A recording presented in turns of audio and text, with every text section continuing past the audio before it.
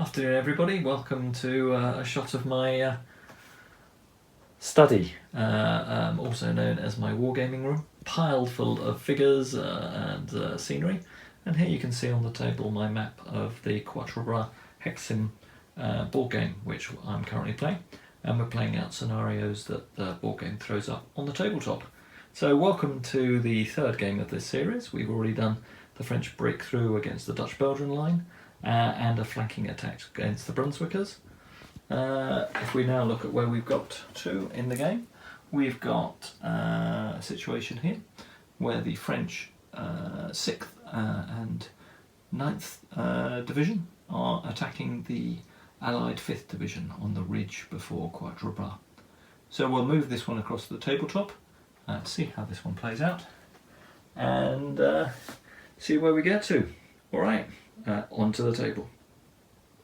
Morning everybody, welcome to our third game in our Quatre series where we're playing the Battle of Quatre and playing that in conjunction with the Hexsim board game of the same name. So we played the first two combats where the 5th French Division has done a flanking attack against the Brunswick Corps, and the 6th and I'm forgetting the number of the other division, 9th Division perhaps, Foy and Foy and Jerome's divisions have done an attack against the Dutch Belgians. The attack by the 5th Division, Bachelor, against the Brunswickers was not successful and hasn't pushed them off their holding position on the Allied left flank. But the attack by Jerome and Foy against the Dutch Belgians was a success. Broke through in the centre, and then we did the pursuit on the board game and inflicted also quite substantial casualties in the pursuit. So this game follows up that pursuit, and we've just reached the stream behind Jimincourt, and the French formations has started to outflank the Allied position. But to support the Dutch Belgians, the Allied British 5th Infantry Division has moved up in support. So what we've got on the table today is that battle, and we'll play it through to about 12 turns. So just doing a quick run through on the table here. We've got an outflanking movement by the French using Foy's division, 9 infantry battalions there. They've taken some light casualties in combat up to now, but that's a pretty full strength formation. They're facing off against the remnants of the Dutch-Belgian 2nd Division, two Nassau battalions of the 28th Orange Nassau Regiment. On their flank, we've then got the 5th British Division, and again, in helping fend off the French attack and attempt to bounce across the stream, the 5th Division has taken some casualties, and we have two battalions here, both pretty shaken up. Both are at 50% casualties old and unformed on the back of the British line. By turn 5, because these two battalions have 6 casualties, the French might have another Folter test. They might do, Charlie. We'll see how well the French play. Otherwise, as we move across the line, we've got the remnants of the 8th and full-strength 9th British Brigade, hopefully getting those two the right way around. We've got 3 Highland battalions, the 95th Rifles, and 3 other line British battalions, so good, strong force here. And on the far right flank, we've got the Hanoverian militia of Best's Brigade. And we've also got one other unit of Dutch Belgians, which for the purpose of the game we're attaching to Best's Brigade. They are currently unformed and are just pulling back in the face of French pressure. Along the line of the stream, we've got a substantial number of French skirmishers. So the French and Jerome's division have put into skirmish formation their first light regiment. And that's up against the stream line, trying to push back the British skirmishers, and they're supported by the 2nd Regiment of the Light Brigade in Jerome's division. Jerome's 2nd Brigade of Line Infantry is currently off table, waiting to come in support, as are the cuirassiers of Kellerman's formation. The Allies do have some reinforcements. They have Merlin's Light Cavalry Brigade, and they're down here, waiting to come onto the table. As you can see, I've got all of the Hussars. I think it's the 6th Hussars, 6th Dutch Belgian Hussars, and the 5th Dutch Belgian light dragoons, I think they're described as. They are actually pretty much identically uniformed 2 French chasseurs à cheval with yellow trimmings and green uniforms. So you might see some repurposed French chasseurs there who are taking the part of the Dutch Belgian Light Dragoons today. Alright, we'll crack on with first turn. Charlie, you going to be Wellington or Ney today?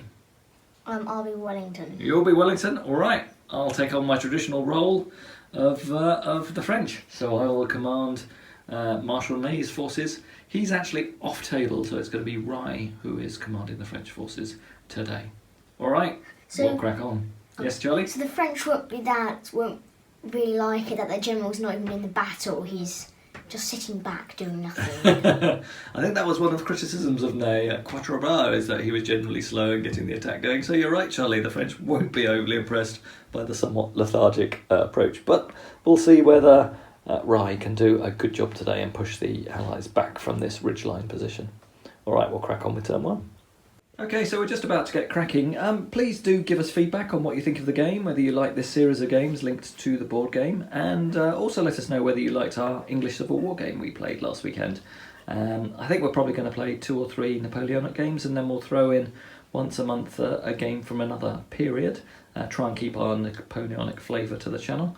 Yeah, let us know what you think. Please subscribe or like the videos, give us some feedback.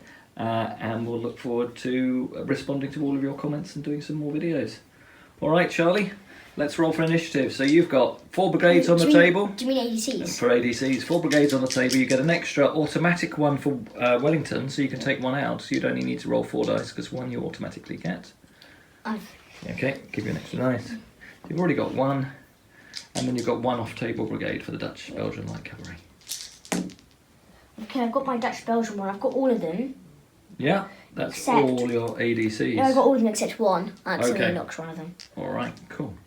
Okay, so the French get 5 potential ADCs and 2 are off table. Alright, again, I've done quite well. I've got 4 ADCs. Let's go and deploy them.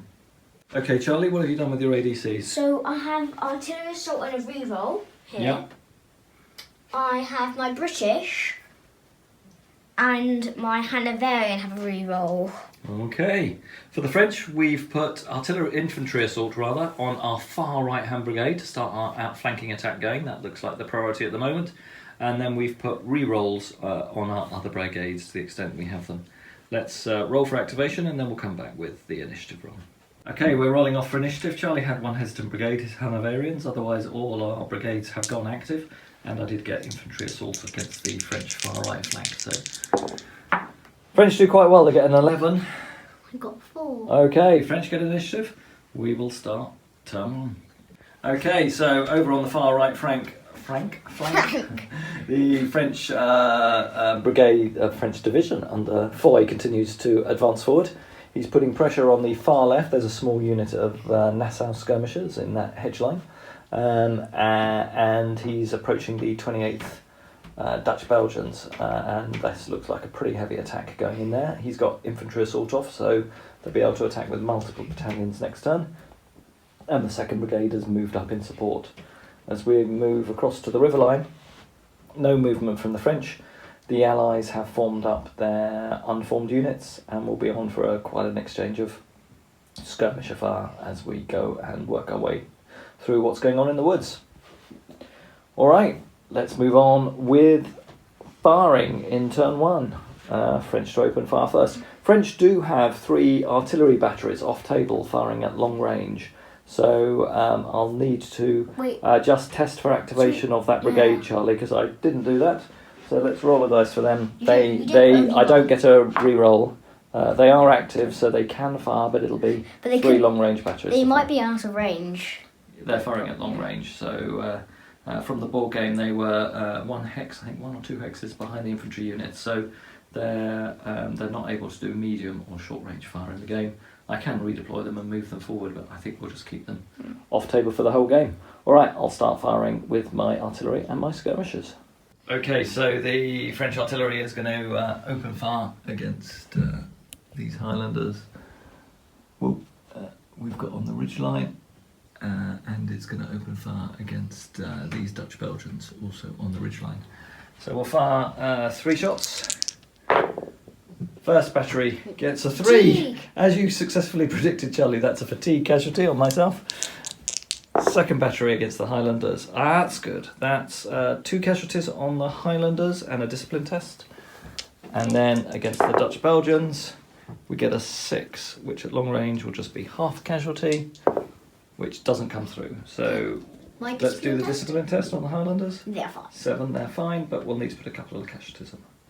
Okay, so firstly, we have 2 light battalions in skirmish formation here. They're going to be opening fire against the Nassau. That'll be 3 dice each for them because they are somewhat damaged battalions. They've taken significant casualties before getting to this battle. So they'll be firing as 3 dice each, and both of them lose 1 dice because the Nassau are in cover. So that will be 4 shots from the Skirmishers against the Nassau. Do we get anything there? We get 1 casualty on the Nassau. Alright, now we're firing at the rifles. This is a skirmisher screen of 6. We lose 1 dice because we're firing at skirmishers. We get 1 casualty against the 95th Rifles. Alright, and then finally we are firing our last skirmish screen against the British battalion. I think this is the Cornwall, 32nd. And we cause 1 casualty against the 32nd. Alright, we'll mark those up. Okay, so we've done some more skirmish fire. I caused a couple of casualties on the Dutch Belgians on Charlie's far left. He's now opening fire.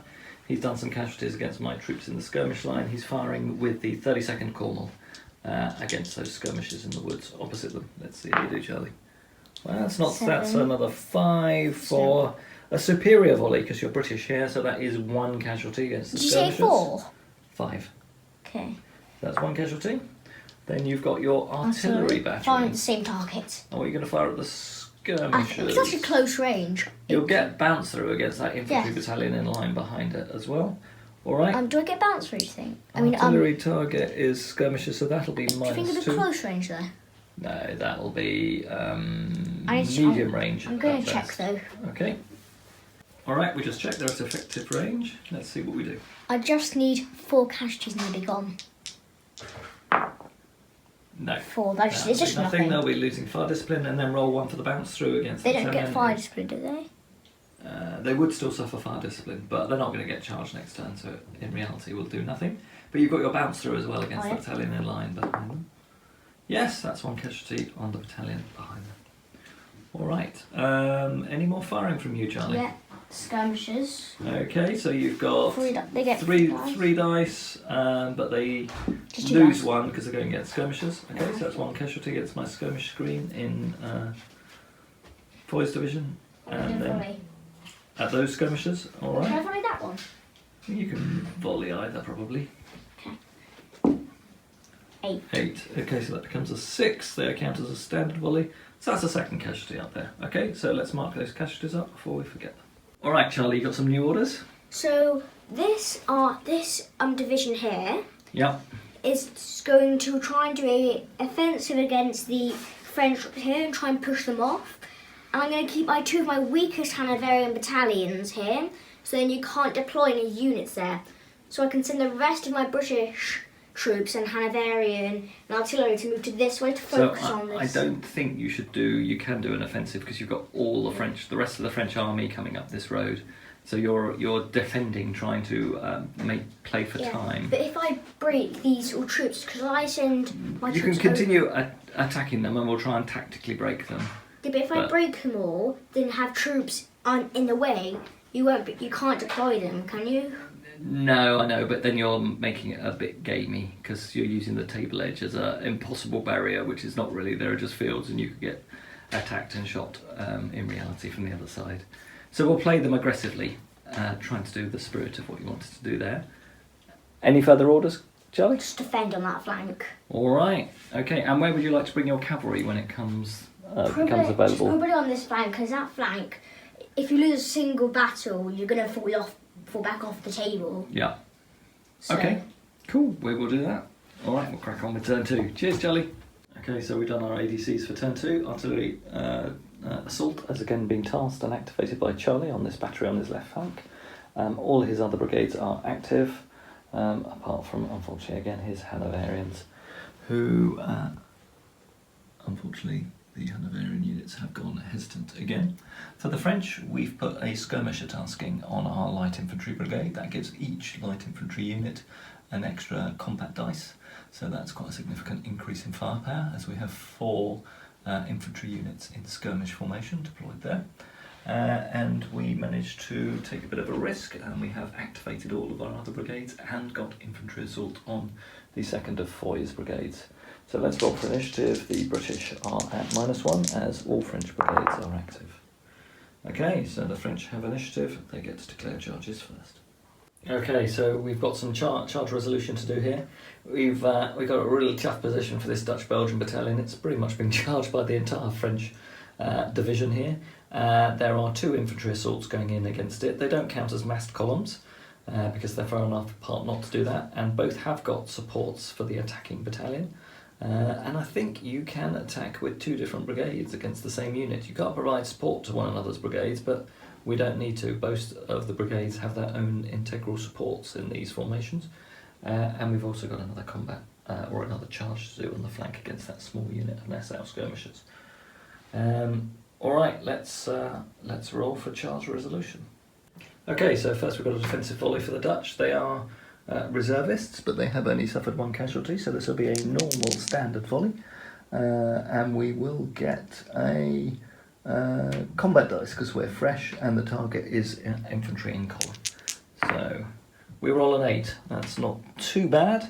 So a standard volley is an 8, is 3 casualties, and with the combat dice that is 4 casualties, so we'll apply those to those attacking columns. Okay, so now for the charge resolution, we roll both charges separately and apply modifiers to them appropriately. The Dutch-Belgians unfortunately don't have anything within support range, nothing is within 3 inches, so they will only just get their real roll. Let's hope for their sake they get a good one. Alright, rolling for the first French column. They get a 7, and they will use a re-roll on that from one of their supporting battalions. Another 7, and then they will use that other re-roll. A 12. Wow, this is not going to go well for the Dutch-Belgians. And then for the second column, we get an 8. They also have potentially 2 re-rolls. That's a 10. Alright, we'll leave it on a 10, and then we'll roll for the Dutch-Belgians. They get a 6. Right, let's just have a look at the modifiers and see where we end up. Okay, so thankfully for that volley, that reduces the victory to just a victory by 5. So fortunately for the Dutch-Belgians, that doesn't cause them to rout, it simply retreats, and they have to take 1d3 casualties. They take 1 more casualty, and they will retreat and fall back behind their supporting battalion. Right, and we get a similar effect here, as we have a defensive volley by the Nassau small battalion. So that'll be an inferior volley against these charging French. Alright, let's see how we do. We get a 5, not so effective, so that'll be a standard volley as a 5, so that is 1 casualty against the French, but we do get a combat dice. 5, so that's 2 casualties against this attacking French column. So for this combat, neither side has supports, so it'll just be a straight roll-off between the 2 sides. Okay, again, a better result for the French. They get 8, and the Allies get 5. I think that becomes 8 against 6. So I believe the Allies will win by 2, so they will melee with Elan, and the defenders will melee unformed. Okay, so movement in turn 2, we've seen the French re-push their skirmish screen forward to keep the pressure up on the Dutch-Belgians and continue the pressure with Foy's division. In the centre, Jerome's line brigade has started arriving on the table. Here they are, just starting to move forward through and crossing the stream and starting to put pressure on the Allied centre. All the rest of Jerome's brigade remains in the wood line. On the Allied side, the Hanoverians and the right-hand British brigade remain in position. We have swung our artillery battery round so it can do some flanking fire against Foy's attack on the left flank. We've started advancing a couple of our British battalions to face off against the threat of Jerome, and wheeling our weakened 2 British battalions to shore up the left flank, and moved our other Dutch-Belgian battalion forward ever so slightly, so it could get support from the flanking artillery battery. Alright, on with a nice lot of firing for turn 2, French to start. For the French divisional and corps artillery, there aren't many free targets now, given we're pressing on so many flanks.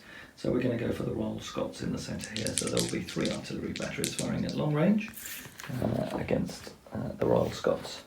Okay, let's roll the first one. 3, that's a second fatigue casualty on that first battery. Second one. Okay, we'll re-roll that dice. That was a 4. A 4 and a 3 is a 7 at long range. That's half a casualty. And then the third battery, another 7. So that's 2 half casualties. Need to roll 4, 5 or 6s. That's 1 casualty on the Royal Scots. Okay, so much more intense skirmisher fire from the light brigade of French troops here as they are in skirmish tasking. Alright, so we're going to fire our 2 light battalions against the Nassau troops. First one does 3 casualties, that's pretty good. Second one does 1 more, so that's 4 casualties on the Nassau. Then we've got 3 shots against the 95th Rifles, no casualties there, and then 4 shots against the 32nd Cornwall, and that's 1 casualty against them. So big damage against the Nassau, we'll mark those up. Okay, so Allied return fire from the Nassau in the valley here, firing across the stream at those French skirmishers. They've now taken 5 casualties, so they will now count as recruits firing, so this will be an inferior volley and at -1 because of their casualties. Pretty good though, so we've rolled a 10 at -1 is a 9, inferior volley is 2 casualties and a discipline test on the light brigade that are facing them. Okay, so we'll now fire our Hanoverian skirmishers against the light battalion facing off against them. That's 1 more casualty against the lights. And finally the 32nd are going to fire against the skirmish screen opposite them. They get a 7 as a superior volley, but it's a -2 for firing at skirmishers, so that's only 1 casualty against that light battalion. So as I've mentioned before, the light battalions that are actually operating in skirmish formation have taken heavy casualties in the board game we played when they were doing the pursuit of the Dutch Belgians. So although the French did really well and destroyed quite a lot of the Dutch Belgian troops during the rout, their light battalions did take reasonably heavy casualties in pursuing those units and destroying them. So that first battalion that we shot at has to take its discipline test, and it will be at -2 as it's now taken a cumulative level of 9 casualties. Okay, so that's a 6, so they go unformed, but I guess as they're a skirmish screen, that will have no effect on them. Alright, that's the Allied firing in the centre. We'll now move across and do the firing of their artillery and Dutch Belgians on the far left. Okay, firing with artillery assault at close range against the closer of the 2 battalions facing off against them. We'll fire the British foot artillery. Okay, unfortunately we only roll a 4, so at close range that's only half a casualty and 1 more from the combat dice. So only 1 casualty, that's very disappointing. Okay, so we're going to fire our Dutch Belgians here. Unfortunately they got 6 casualties, so this will be at -1 and it'll be an inferior volley against this approaching French battalion. Let's roll, see how they do. Pretty good, they get a 10. That's a pretty good roll, even for a inferior volley. So that's 3 casualties and a discipline test against that attacking French battalion. They've already suffered 3 casualties, so that takes them up to 6, so this will be a test at -1. They roll an 11. They are alright, but they've taken a lot of casualties. And now finally, our artillery battery in the centre is going to open up against the flank of the French attack. This will be at long range. But it will get bounced through to the battalion that is next to the target of its fire. So let's fire this battery. It'll be at -2 because they did swing the battery around this turn. So 7 at long range, at -2 becomes a 5. That's half a casualty, which doesn't do anything, and the bounce through doesn't do anything either. So most effective firing of this turn will be the firing across against the Nassau by the French skirmish screen. Right, on we'll move with turn 3. This is the turn when the French have the ability to bring their cuirassiers on from reserve. Okay, so for the French, we deployed our ADCs towards putting infantry assault on Jerome's brigade in the centre, which had successfully gone off. Both the Foy's brigades remain active, but we didn't have enough ADCs to repeat skirmisher tasking on Jerome's light brigade, which is a disappointment, and again didn't have enough ADCs to bring on the cuirassiers, but I think we chose rather to keep the assault with Jerome's division going. Extremely unfortunately for the Allies, despite a re-roll, the Dutch Belgians on the left flank went hesitant, clearly unnerved by the breaking of their 1st battalion. The 2 British brigades in the centres are active, and for the 3rd turn in a row, unfortunately, despite a reroll, the Hanoverians again are also hesitant on the Allied right. Okay, on we go with initiative. So the British again will be at -1, -2 actually. British have got 10, French have got 7. The British do have initiative. They get to charge first. Okay, so the French have played the same card as in the previous turn. The 2 French brigades of Foy's division are again attacking the next Dutch-Belgian line.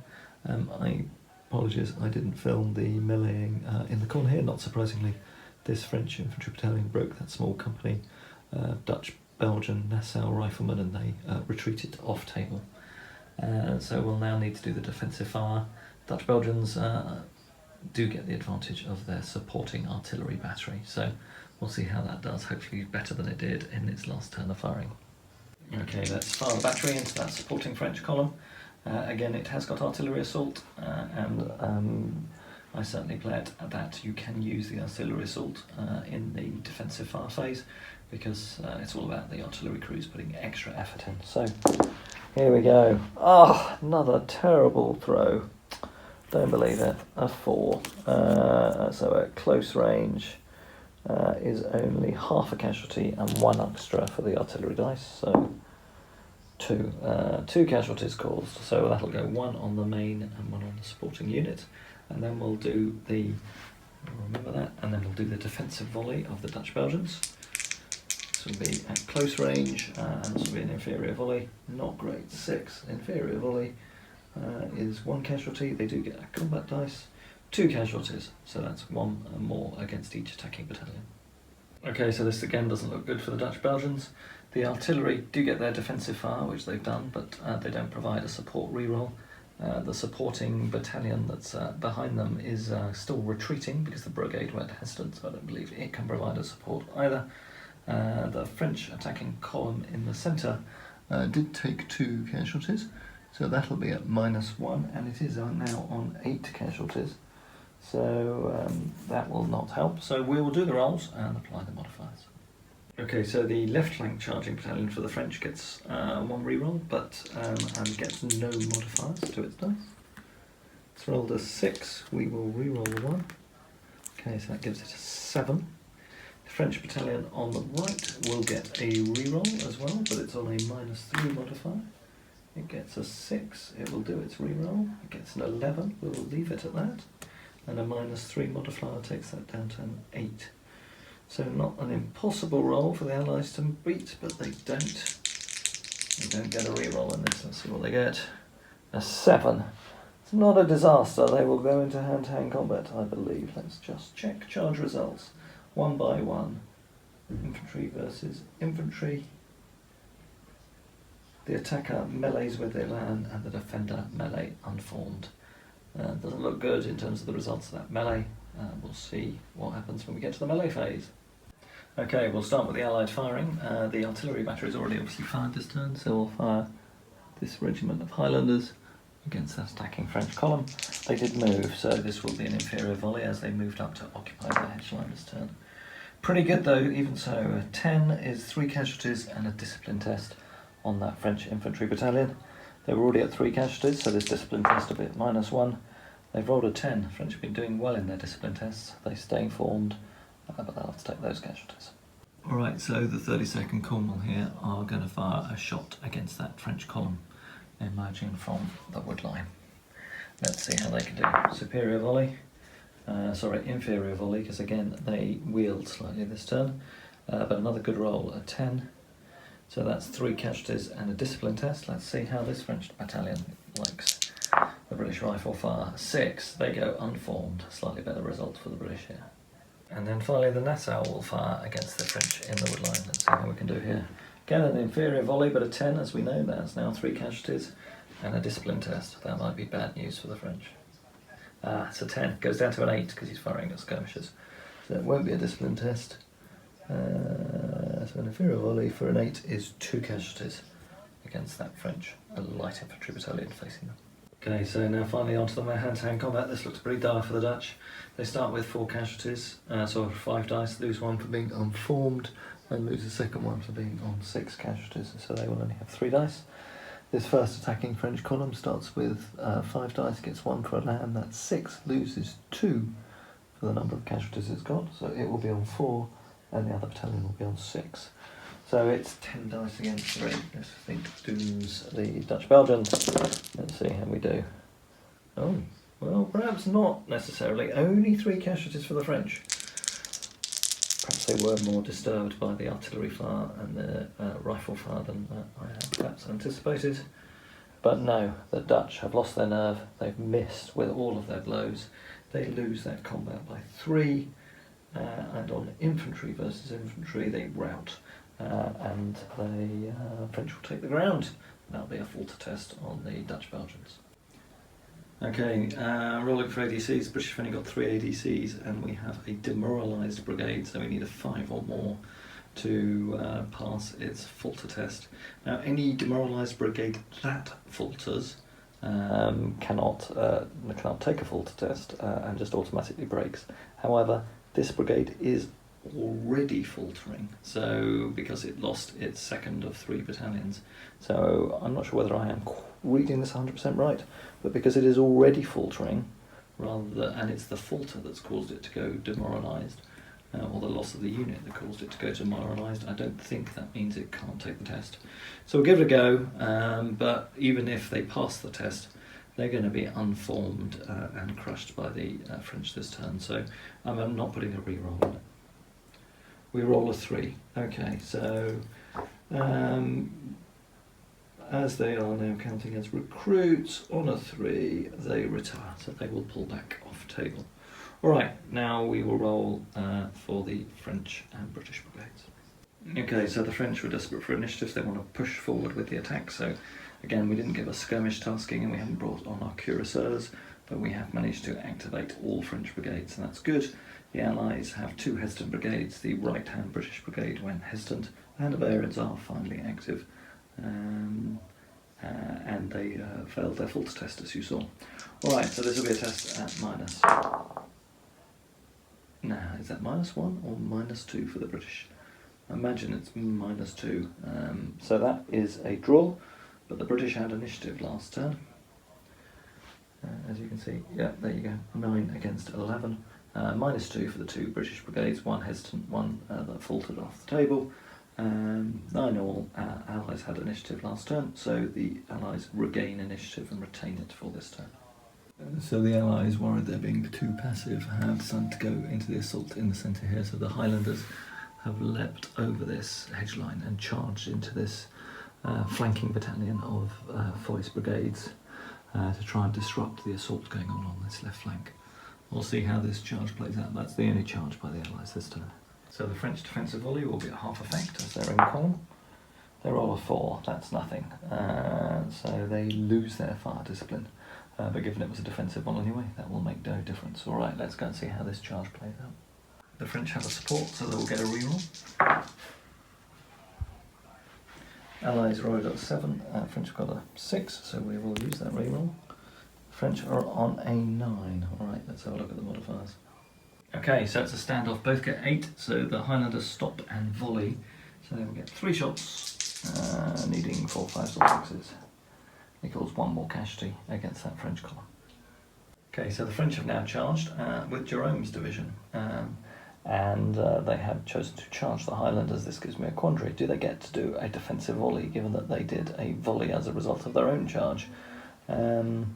given that they're charging, it feels unlikely to me that they're going to be in a position to do a defensive volley, so we'll go straight into combat resolution or charge resolution.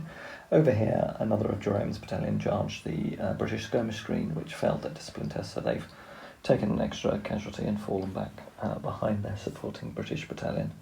Alright, we'll do the charge results first against the artillery battery and then against the Highlanders. Not surprisingly, the French column has charged home against the artillery battery. Somewhat more surprisingly, the French column attacking the Highlanders, clearly put off by the sight of the Highlanders screaming as they charge forward, stumbled to a halt and just let off a ragged volley. They did cause one casualty against the Highlanders, but they did not charge home. So that's it. Stalemate there in the centre, and we'll move on with firing in turn 4.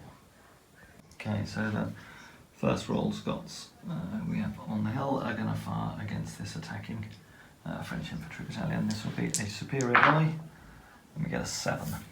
So superior volley, 7 against a column as well, but it's not short range, so that will just be it. Superior volley 7 is 3 casualties against the French, but no discipline test. Right now, the 32nd are going to open up against the French reforming as they come out of that wood line ahead of them. Let's see how we do here. A 7. Alright, again, the superior volley 7 will be 3 casualties against that French column. Okay, so the Nassau will now open fire against the French skirmish screen. They get a 9, -2 for firing the skirmishers, that becomes a 7. An inferior volley 7 is 1 more casualty against the skirmishers. You may be able to see the French skirmish screen from here has evaporated. The French took the decision to pull them back. One battalion had 10 and the other had 11 casualties. And they are light battalions acting in deployed formation, so they would cause fault tests if they were destroyed. So we've pulled them back behind our full-strength light battalions that were in support of them. And actually I've pulled them back off the table. So the Hanoverians and the Nassau have cleared the French skirmish threat from at least part of the wood line. Might allow some of the British forces to redeploy. We'll see what the French do in response to that. Alright, now over to French firing. Okay, and finally we're going to fire this British artillery battery against the attacking French column, which will get some bounce through as well. Let's see how we do. We're all on 8. Well, that's not too bad at short range. First decent artillery fire from the Allies in the game. That's 3 casualties in a discipline test. And let's see if we get some bounce through against the battalion in support. No. So 3 casualties and a discipline test against that French battalion. They've only taken 3 casualties, so there'll be a discipline test at -1. They go shaken. Unformed, rather. Okay, so I think this is the first time it's happened. If artillery are hit in the flank or rear, there's not a combat adjustment, they just automatically disperse. So that artillery battery is gone, and I guess the winner just takes the ground. Right, so that's the end of turn 4, and let's do a recap of the overall position. Well, it's looking really quite tough on the Allies' left flank. The Dutch-Belgian, or the remnants of the 2nd Dutch-Belgian Division, have been destroyed and driven off table. And the French are surging forward. One of the British artillery batteries that was securing the position for this brigade has just been destroyed. I'll remove it in a second. We'll see how the French do against the reforming Allied position here, trying to hold the route from Quatre up to the stream intact. So a thin line of British battalions and not much depth on this position. The British have been sucked in here, really. We simply have 1 French brigade here and 3 on the other flank, but the threat of them along the stream has kept these British battalions pinned. I think the British really do have to shift some of these battalions across if they're going to shore up this position and have any chance of holding on for the rest of the game. Right, on we go with turn 5. We'll see how many ADCs we've got and who's got initiative. Okay, so the roll for initiative, the Hanoverians really aren't in the fight, so we've rolled for activation. British did well, they've got 5 ADCs, gave themselves a re-roll on all their units and artillery assault in the centre. They all went off, apart from, of course, the Hanoverian brigade, which went hesitant again, which is a bit of a shame because I wanted to redeploy it. I might still be able to move it somewhat to the left, because as long as it doesn't move close to the enemy, it can move.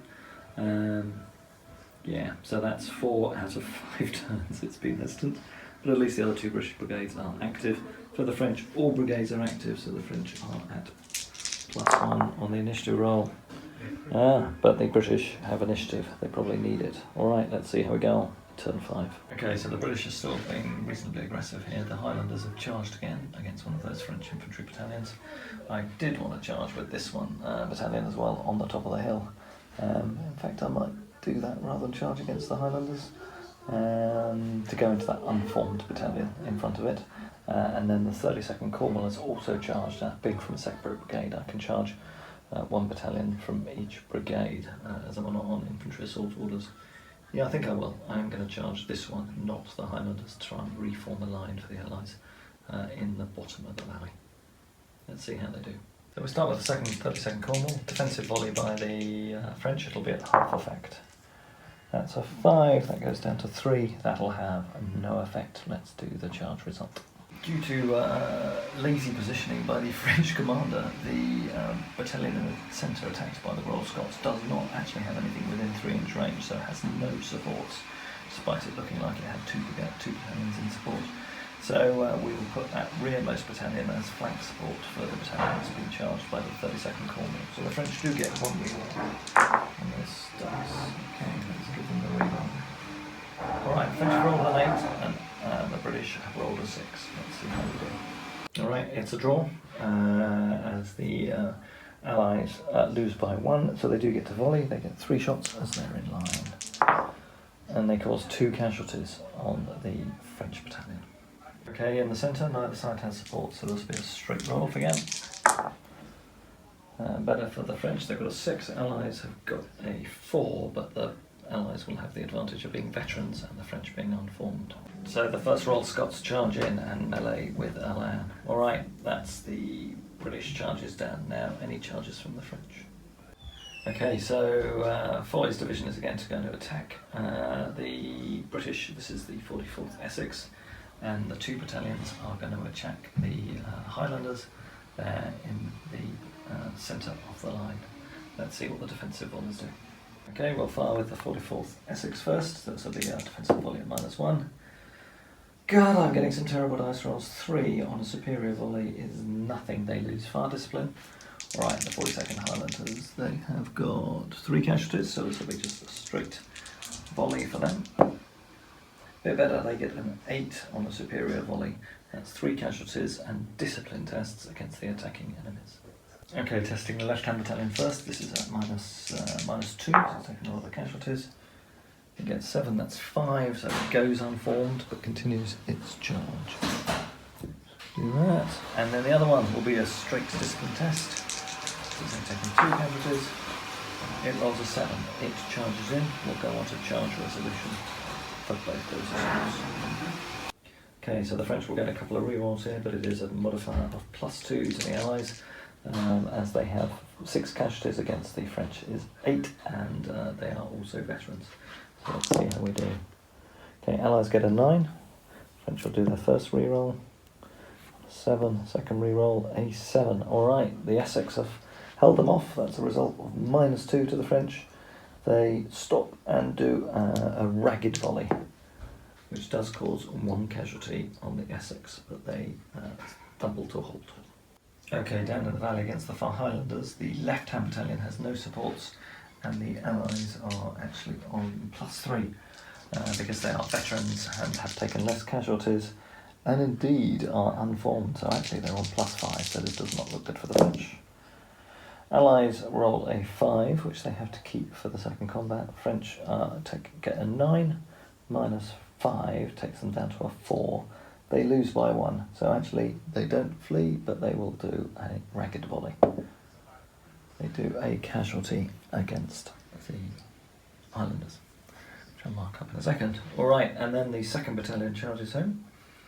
So the Allies got a 5, and this one is at +2. The French have rolled a 7, and they do get a reroll. They reroll it to a 6. They can use a second reroll. That went off the table. Just roll it, pick it up. Roll it again. No, off dice table don't count. They get a 9 against a 5, so they win by 4 before modifiers. So they win by 2. So they melee with a land against the Highlanders. Okay, we've seen some redeployment on the left flank. The attacking French right-hand brigade has just reformed itself and getting ready for a new assault. The brigade that has been going in against the British here looks like it's pretty much spent now. 1 battalion's on 8, 2 battalions are on 8 casualties, 3 battalions are on 8 casualties, so it's on the point of collapse. So that one will need to be pulled back, which is what the French will do next turn. Meanwhile, the Highlanders here have slightly swung around so they can get a volley off this turn. We'll see how the melee goes on down in the valley. And the other big movement of the turn is the Allied right flank has started to redeploy. So the Highland Battalion and the 28th Gloucesters has started to move to the Allied left, and the Hanoverians redeploy to strengthen and reform their line against the attacking French forces down in the valley.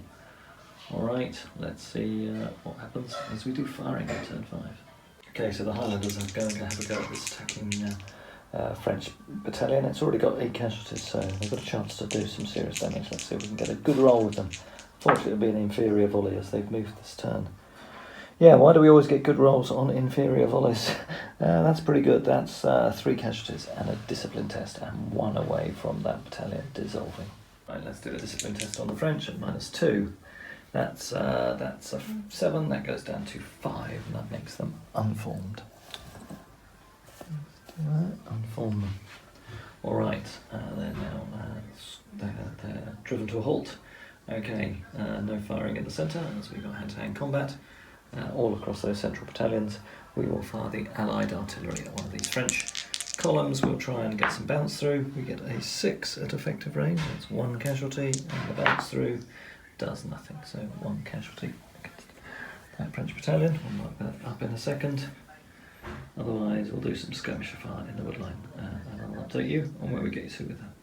Okay, so continue the exchange of casualties down here.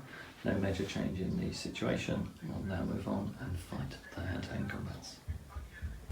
Okay, well, we'll start on our melee on the right here with the 32nd going in against this French battalion. No, actually just checking, yeah, they're not in melee, they volleyed, didn't they? So actually it is the Royal Scots. So Royal Scots going in against this unformed French battalion in the centre. Okay, so the Royal Scots have got a significant advantage, being veterans and meleeing with Elan, and the French unfortunately are unformed. Let's see how we do. Okay, so the French do quite well, they get 2 casualties there, and the Royal Scots do 4. So the Royal Scots have won by 2. So they infantry versus infantry. Infantry take the ground, and the French retreat. Okay, and as there was a French general involved in that, there's a risk to general test. We roll a 7, so that does do nothing. So the general survives, but the British have had a go at reforming their line and look like a more robust defensive position, but it does depend on this combat here. Let's see how the Highlanders do in this one. Okay, so this one's a straight roll-off. The British gain 1 for being veterans, but the French gain 1 because they've suffered less casualties.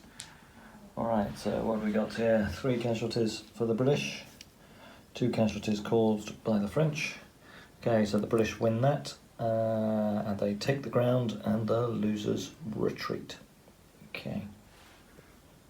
The Highlanders go unformed though. Okay, so at the end of turn 5, things are looking up a bit for the British. They were looking pretty dire.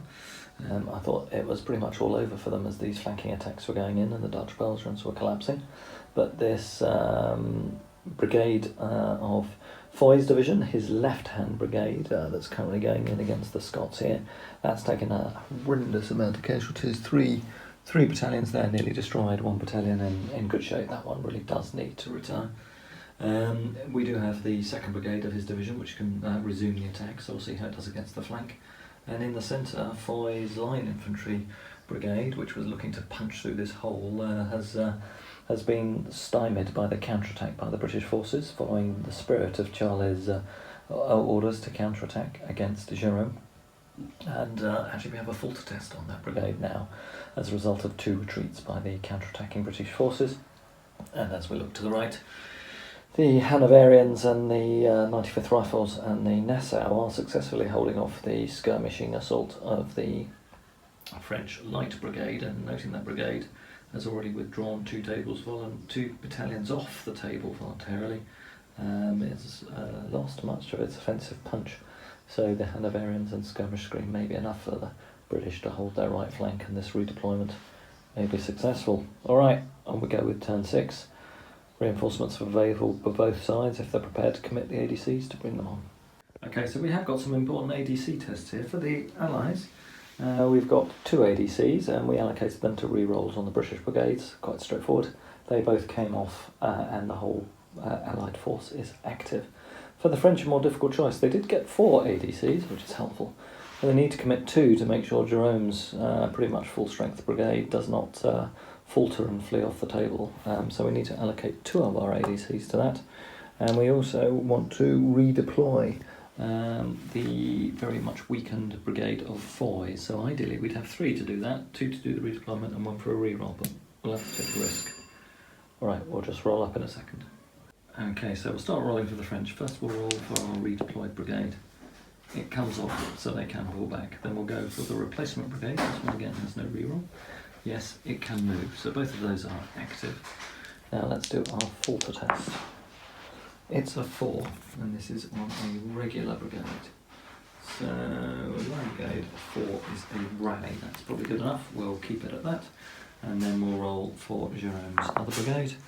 Is hesitant, so his light brigade remains where it is in the woods. Okay, so good news for French that Jerome's brigade rallied, but units close to the outer line have all had to step back 3 inches. So now let's roll for initiative. The French are on -2 because Jerome's brigade counts as hesitant and his light brigade was hesitant as well. Alright, yes, the Allies get initiative again. They've had a run. This must be the third or fourth turn in a row that they've pretty much had the initiative on the game. Let's see whether they have any charges to declare in turn 6. Okay, so turn 6 movement has pretty much been for the French some voluntary redeployment. So we have Foy's 2nd Brigade moving up here, all in pretty good health, relatively low casualties, ready to resume their assault against this thin British line here. These 2 front battalions are starting to retire. They're stepping back. They were the ones closely engaged in fire combat with the Allies, so they're stepping back cautiously. The 2 battalions behind them, just back here, were both unformed, so they can do voluntary withdrawals and fall back 18 inches if they stay unformed and take an extra casualty. So I've pulled those 2 back as they both had suffered very heavy casualties. And meanwhile, Jerome's brigade, hesitant, has reformed, so they're all back into formation to resume the assault next turn. Meanwhile, for the Allies, the Allied lines have tidied themselves up. Again, they've reformed themselves, and some other redeployments are starting to happen. Hanoverians are now starting to occupy the whole of this ridgeline as this British battalion moves to fill the gap and reinforce the centre and left. Alright, we'll now do the firing for turn 6. Allies to go first. Okay, we'll start with the 44th Essex. This will be at -1, but a superior volley as they open up against that French battalion that is attacking them. An 11. Wow, that's good. No extra casualties despite them being in column, but 11 looks good enough. That's 5 casualties and a discipline test against the French. Okay, doing the discipline test against the French unit. It's a 10. They're alright. Alright, next volley. This one will be the 92nd Gordon Highlanders against the other attacking French battalion. Let's see what we do. A 3. That's nothing. That's loss of fire discipline and another ineffective volley by the Allies. That's frustrating. They do get their casualty dice because the enemy's in column. That is 1 more casualty against that battalion. That takes them on to 9. But as we know, the punch has gone out of that brigade, so no destruction there, but no falter tests, unfortunately, for the Allies. Alright, we'll now move to the next formations. Okay, so for the next unit of Highlanders, the opposition are in skirmish formation. We did form up this turn, so I think that counts as a movement, so it'll be an inferior volley. We've rolled a 9. -2 is just 1 casualty against that skirmish screen. Okay, the Royal Scots will now open up against the French right hand of those 2 battalions that it's facing. They roll an 8 for a superior volley. That's 3 casualties and a discipline test against them. Let's roll the discipline test. We'll just have a look at what the casualties are already. Okay, now the 32nd are going to open up against the French just the other side of the hedgerow. This will be through the skirmish screen, but the casualties will go on through to the line battalion as the screen is less than 3 inches away from the battalion it's supporting. Right, this will be at -1. First of the game, roll 12. Okay, so this is a superior volley, -1. So this will be 5 casualties and a discipline test. Not great. Alright, let's go and see what that means for the discipline test for that battalion. Once it gets going, this is really proving how devastating British volleying can be. Alright, that's a discipline test. It is simply at -1 because the French had only taken the first casualties of the game. That's a 4. -1 is a 3. Unfortunately, that causes them to retreat, and they will retreat off the table. Okay, next our foot artillery battery is going to open up. Just going to fire through the trees down the hill, over those British infantry which are at the base of the ridgeline, and at these French in the distance. Going at that one, that battalion in the centre there, it's at effective range. That's a 3. That's a fire discipline casualty, sorry, a fatigue casualty for the artillery battery. Has no effect, but there will be a bounce through against the target behind. Nothing from that. We did roll a destiny test because we rolled a double 6 for the 32nd call room, so let's just see what that destiny test was. That was a double 1. Alright, so on a destiny test, the opposing brigadier was thrown from his horse. He loses his discipline and flees on foot. As he does so, his men cause his brigade to falter. So we do have a falter test on the Jerome's brigade. Actually, that's no different because we'd already destroyed a battalion that turn, so they were already faltering. Alright, I will now do the skirmisher firing on the right flank, and then we'll move on to the French turn. Jerome's rocking back in the centre has clearly had an impact on the wider morale of the French assault here, so the right-hand brigade in the French formation there, a brigade about to crash into this British right flank, unfortunately has gone hesitant. The withdrawing brigade is still active, so they can move. Jerome's brigade will have to do its falter test. We did allocate an extra dice to do a re-roll on that, and Jerome's light brigade again is hesitant this turn. Right, let's do the falter test. We get a 2. That's not good. We will need to use this re-roll against Jerome's brigade. Let's hope for their sake this is a good roll. It's a 5. That's good. That is obey orders test for Jerome's brigade. That's good news. But we're still doing an initiative test at -2 for the French. Let's roll for the Allied brigades. All have a reroll, starting with the left-hand British brigade with its reroll is hesitant. That's not good. Central British brigade does need its reroll as well. It is hesitant too. And then finally the Hanoverians has gone active. So both armies are on an initiative of -2. And again, the Allies get it. They get initiative as we start turn 7. Alright, not much movement. Foy's division stalled as it's hesitant. Continues to withdraw its 2 frontal battalions. Hopefully next turn it can throw its skirmisher screen ahead to protect them from any further casualties. In the centre, Jerome's going for it again. His 4 Marine battalions have gone into the assault against the Allied line. I think it might be futile, but it feels like he's got to follow his orders to do infantry assault. And he wants to break through here in the centre and then potentially outflank the weak British left-hand side. It's just troubling for him that his flank support is not there, but I think if he leaves it much longer he'll be whittled down by the British firepower. Otherwise everything is pretty much unmoved, and the Allies have redeployed the 92nd Highlanders, I think it is, on the hill in line to provide some backup to their defensive position. Alright, let's do firing. Allies to go first in turn 7. Alright, we start with the 92nd Cameron Highlanders. They have not moved this turn. They get an 8. An 8 in their volley. Superior volley will be 3 casualties and a discipline test against that closest French battalion. Unfortunately for the French, that battalion was already on 9 casualties, so those 3 have caused it to disperse. So that'll be another falter test this time on Foy's brigade. Alright, let's now move on to the next Highlander unit, firing at that French brigade. I should have done this before actually. We've got the charges to resolve. I'll do the charge resolution. So we'll fire the Royal Scots and the Highlanders against their assaulting brigades. A 10, wow, that's pretty good. That's a superior volley. That is 5 casualties in a discipline test, and it does get 1 for firing at a column at close range. So 6 casualties and a discipline test on that column. Okay, so that'll be a discipline test at -1 for the French. A 3, that's not good, that goes down to a 2, that will be a retreat. Okay, so the Royal Scots will fire again now, and let's see how they do.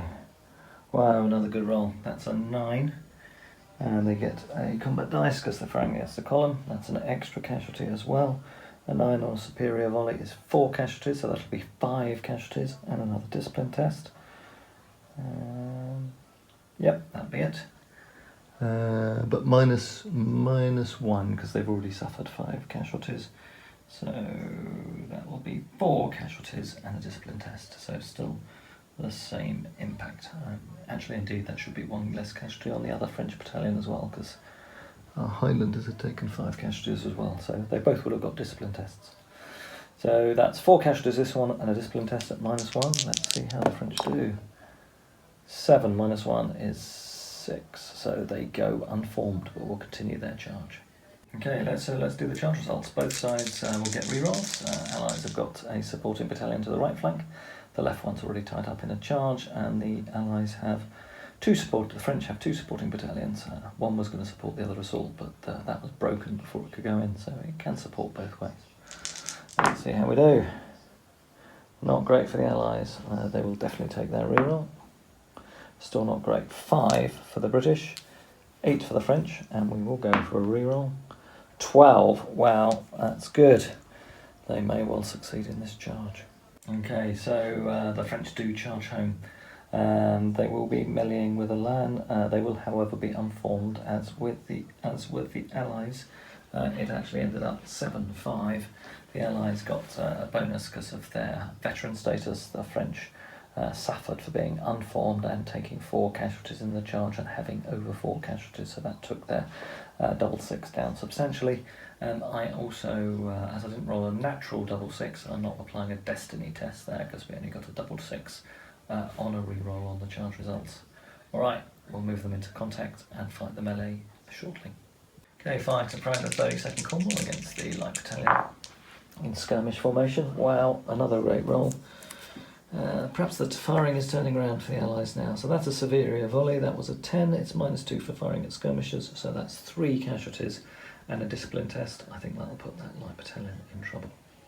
Okay, so the Light Battalion's now got 10 casualties again, like its 2 brethren. I think it'll have to withdraw in its next turn, and it gets a 4 -2. Gets no chance to withdraw. It routs, and that'll be a 4 retreats off the table. Let me just check that. That will make a difference. On a discipline test on a 1 to 3, it's a retreat. Okay, so it's a retreat result. It won't cause a falter yet on the Light Brigade. It will be a falter test on the Light Brigade. Unfortunately, the Light Battalion took 2 casualties on its retreat roll, so that took it from 10 to 12. Therefore, it dispersed. So all 3 of the foremost Light Battalions, they had all started on 6 casualties. They've either been voluntarily withdrawn or have been dispersed by Allied firepower, so the remainder of Jerome's brigade is significantly weakened. We'll do the rest of the firing. Okay, so another great turn-up of events. The Nassau Battalion, again, is firing inferior volleys because it's taken more than 4 casualties already in the game, has rolled a double 6. So it's taken 8 casualties, so this will still be a die roll at -2. So for an inferior volley will be 4 casualties and a discipline test. -2 would be a 10, so that'd be 3 casualties and a discipline test. It is firing at skirmishers, so the 10 goes down to an 8, so 2 more casualties. But unfortunately for the French, no discipline test. But there will be a destiny test on the Nassau Brigade. Nassau Battalion, let's see what happens to them. They roll a 6, they will recover 1 casualty.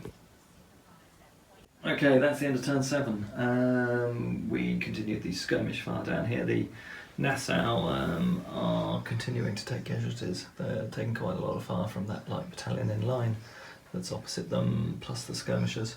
And in the centre, the French long-range artillery decides to pick on this Highland battalion down on the lower slopes of the hill.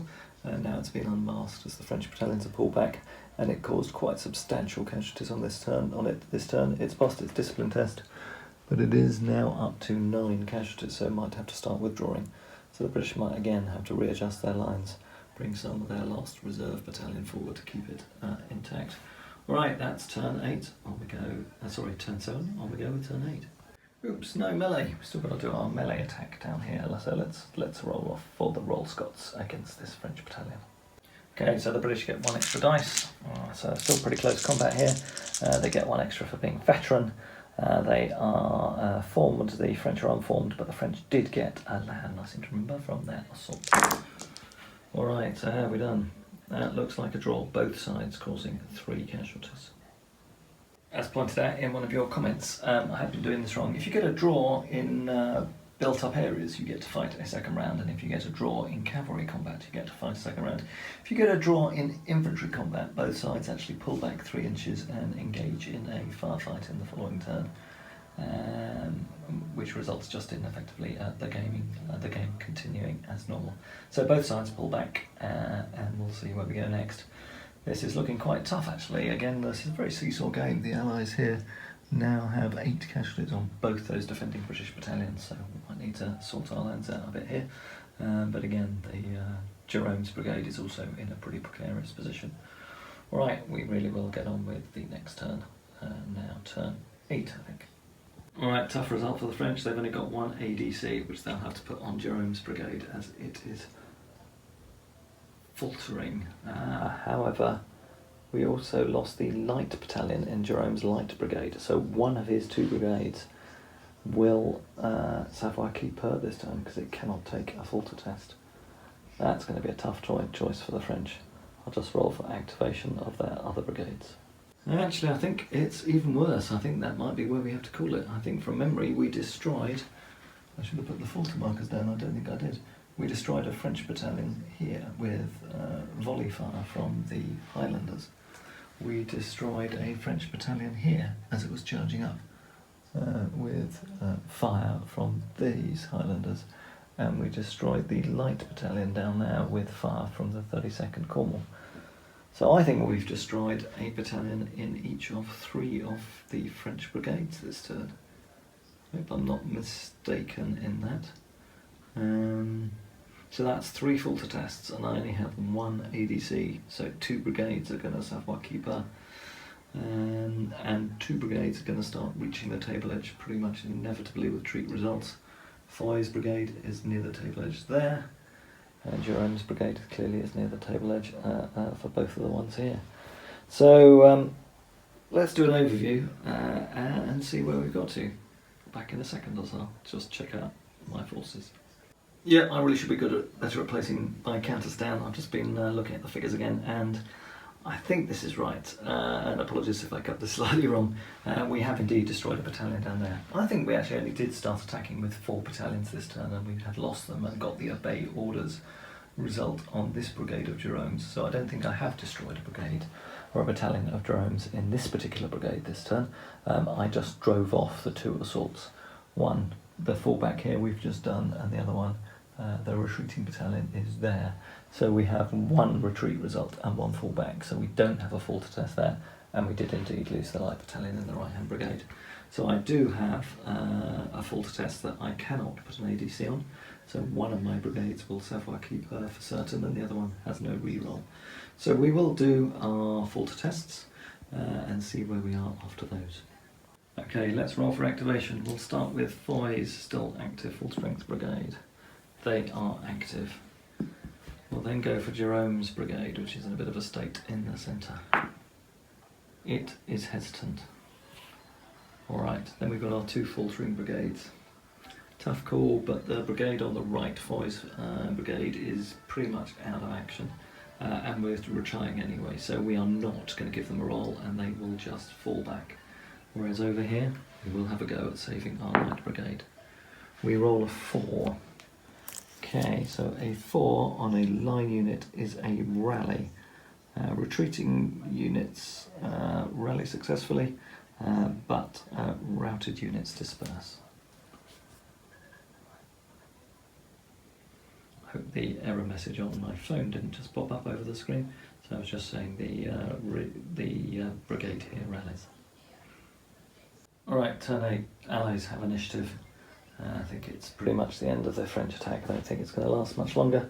Once again, my Hanoverians are hesitant, but otherwise all Allied units are active. Right, we'll go on with charges first and then firing. Right, at the end of turn 8, I think we're going to call it. It's been a really interesting game, and it certainly has swung backwards and forwards. Foy's division did pretty well against the Allied right flank here.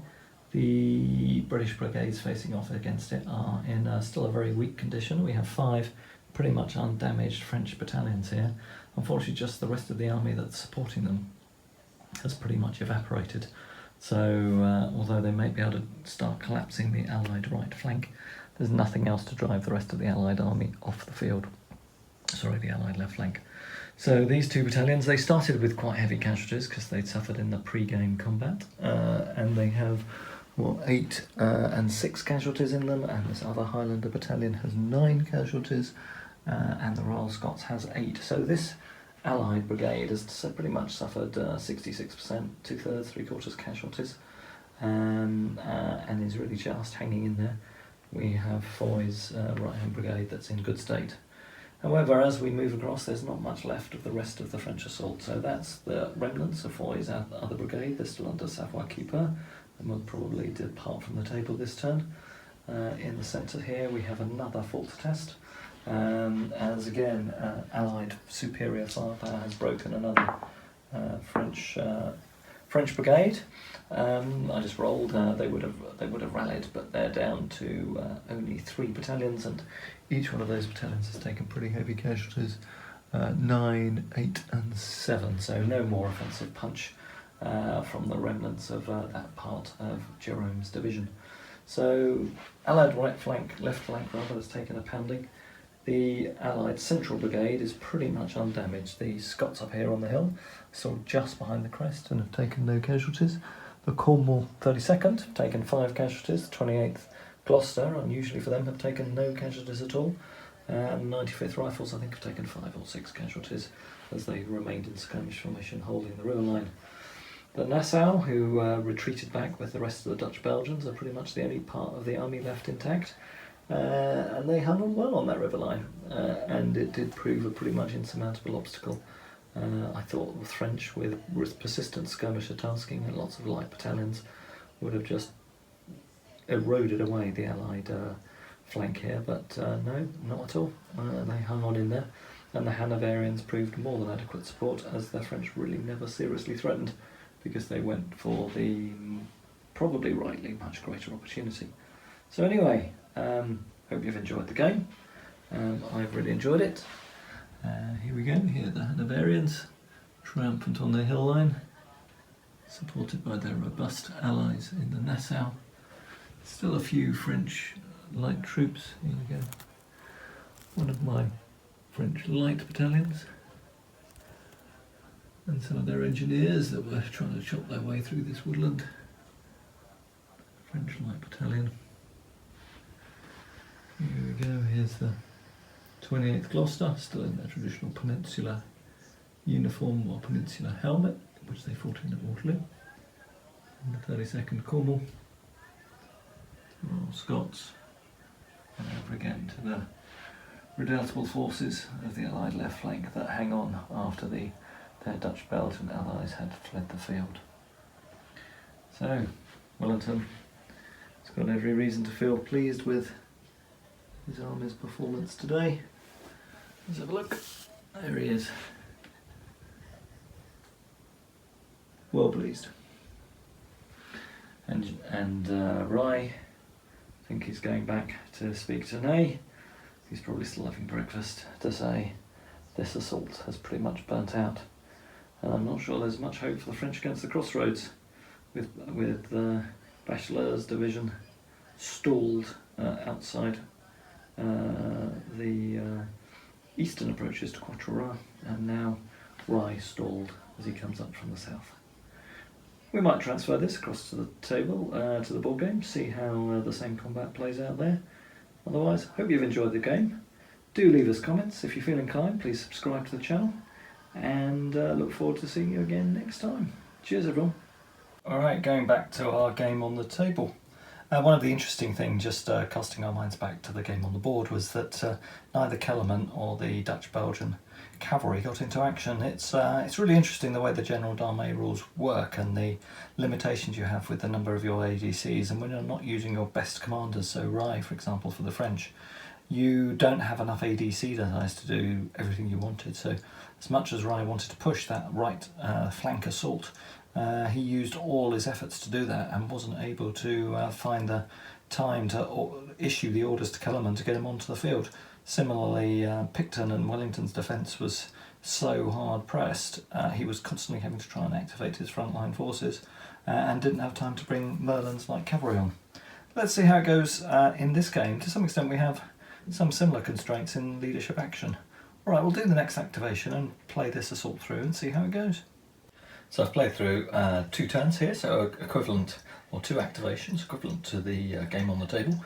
And we've seen a similar-ish result. We've seen some slight pushback of the British line, but certainly no breaking through of the British line. The French haven't quite outflanked it in the way that they did on the table, and perhaps that's been one of their challenges.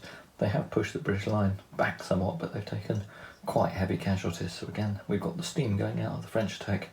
Perhaps not as much as we did on the board game, but certainly not a totally dissimilar result. Alright, anyway, that's the end of the video for today. I'll see you again next time. Cheers.